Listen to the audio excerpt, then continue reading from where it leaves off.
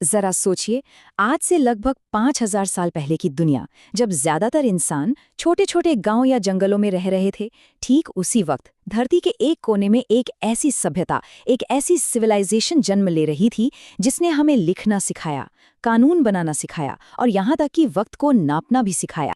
और यहीं से एक बहुत ही बुनियादी सवाल खड़ा होता है, आज हम जिस दुनिया में जी रहे हैं उसकी असली शुरुआत हुई कहाँ से?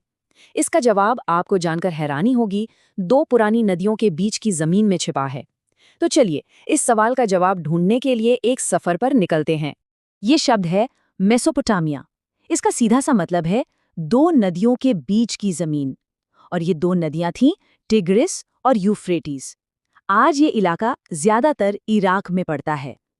अब इन नदियों का कमाल ये था कि इनकी वजह से यहाँ की जमीन बहुत ज्यादा उपजाऊ थी, जिसने शिकारी इंसान को एक जगह टिककर किसान बनने का मौका दिया। लेकिन देखिए, जैसे जैसे लोग एक जगह बसने लगे, शहर बड़े हुए, तो एक नई और बड़ी प्रॉब्लम खड़ी हो गई। इतने सारे लेन देन, इतिहास और वादों का हिसाब आखिर रखा कैसे जाए? और इसका सोल्यूशन निकला एक ऐसे इन्वेंशन में जिसने सचमुच सब कुछ बदल दिया। इसकी शुरुआत की सुमेरियंस ने।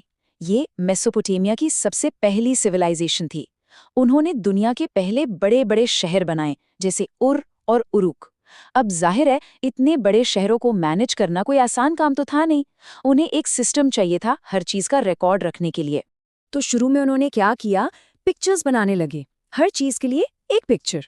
सिंपल, पर यह तरीका आप समझ सकते हैं बहुत स्लो था। तो उन्होंने एक नया बेहतर तरीका निकाला, कीलक्षर लिपि। इसमें होता ये था कि वो गीली मिट्टी की टैबलेट्स पर एक नुकीली चीज से निशान बनाते थे। ये तरीका तेज भी था और ज्यादा एफिशिएंट भी। और ये एक रेवोल्यूशनरी मोमेंट था। सोचिए जरा, पहली बार इंसान अपनी बातें, अपना ज्ञान, अपनी हिस्ट्री लिख सकता था। यहीं से सही मायनों में रिटन हिस्ट्री की शुरुआत हुई। अच्छा, लिखने की प्रॉब्लम तो सॉल्व हो गई, पर शहरों के साथ एक और बड़ी चुनौती आई, लॉ एंड ऑर्डर की। इतने सारे लोग एक साथ रह रहे हैं, तो जस्टिस कैसे हो, व्यवस्था कैसे बने? मेसोपोटामिया ने इसका भी एक हल निकाला। यहाँ एंट्री होती है राजा हम्मुराबी की, इतिहास के सबसे फेमस राजाओं में से एक। उन्होंने एक कमाल का काम किया, सारे कानूनों को एक जगह इकट्ठा किया और सबसे इम्पोर्टेंट बात, उसे पत्थर पर खुदवाकर पब्लिक में रखवा दिया। इसका मतलब क्या हुआ?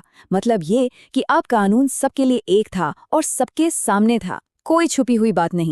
इस कानून के कलेक्शन का सबसे फेमस रूल था आंख के बदले आंख। अब इसका सीधा सा मतलब ये था कि जैसी गलती वैसी सजा। इससे जस्टिस प्रिडिक्टेबल हो गया। सबको पता था कि किस जुर्म की क्या सजा मिलेगी।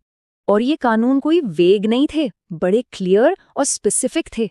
जैसे यहाँ देखिए, चोरी की तो या तो सामान लौटाओ या मौत की सजा।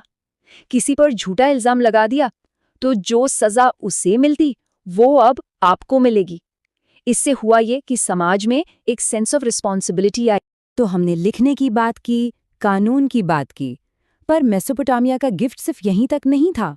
उन्होंने कुछ ऐसे इन्वेंशंस और सिस्टम्स बनाए जो आज भी हमारी लाइफ का हिस्सा हैं। जैसे कि पहिया। सोचिए, अ व्हील। इसने ट्रांसपोर्ट को पूरी तरह से बदल दिया। फिर आई पाल वाली नाव, जिससे नदियों पर व्यापार करना पॉसिबल हो गया।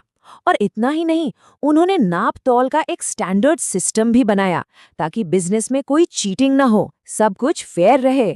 लेकिन शायद उनका सबसे सरप्राइजिंग कंट्रीब्यूशन एक नंबर में छिपा है, और वो नंबर है 60। अजीब है ना? मेसोपोटामिया के लोग मैथ के लिए बेस 60 सिस्टम का इस्तेमाल करते थे।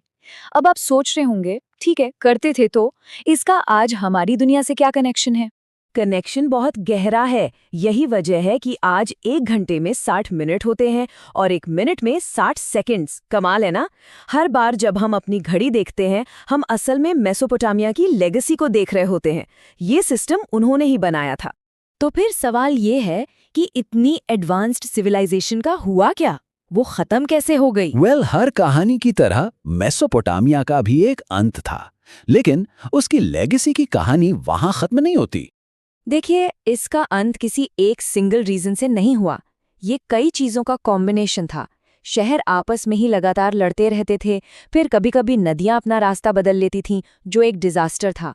और साथ ही अंदरूनी पॉलिटिकल वीकनेस भी थी। इन सब ने मिलकर इस महान सभ्यता को खत्म कर दिया। तो आखिर में सबसे इम्पोर्टेंट बात क्या है? वो ये है कि मेसोपोटामिया की इमारतें, उनके शहर, वो सब शायद वक्त की धूल में खो गए, लेकिन उनके आइडियाज वो आज भी जिंदा हैं। लिखना, कानून, पहिया और हाँ, हमारा टाइम देखने का तरीका भी, ये सब उन्हीं लोगों की देन है। तो भले ही वो सिविलाइजेशन चली गई, लेकिन सवाल ये है कि क्या उसकी विरासत कभी जा सकती है?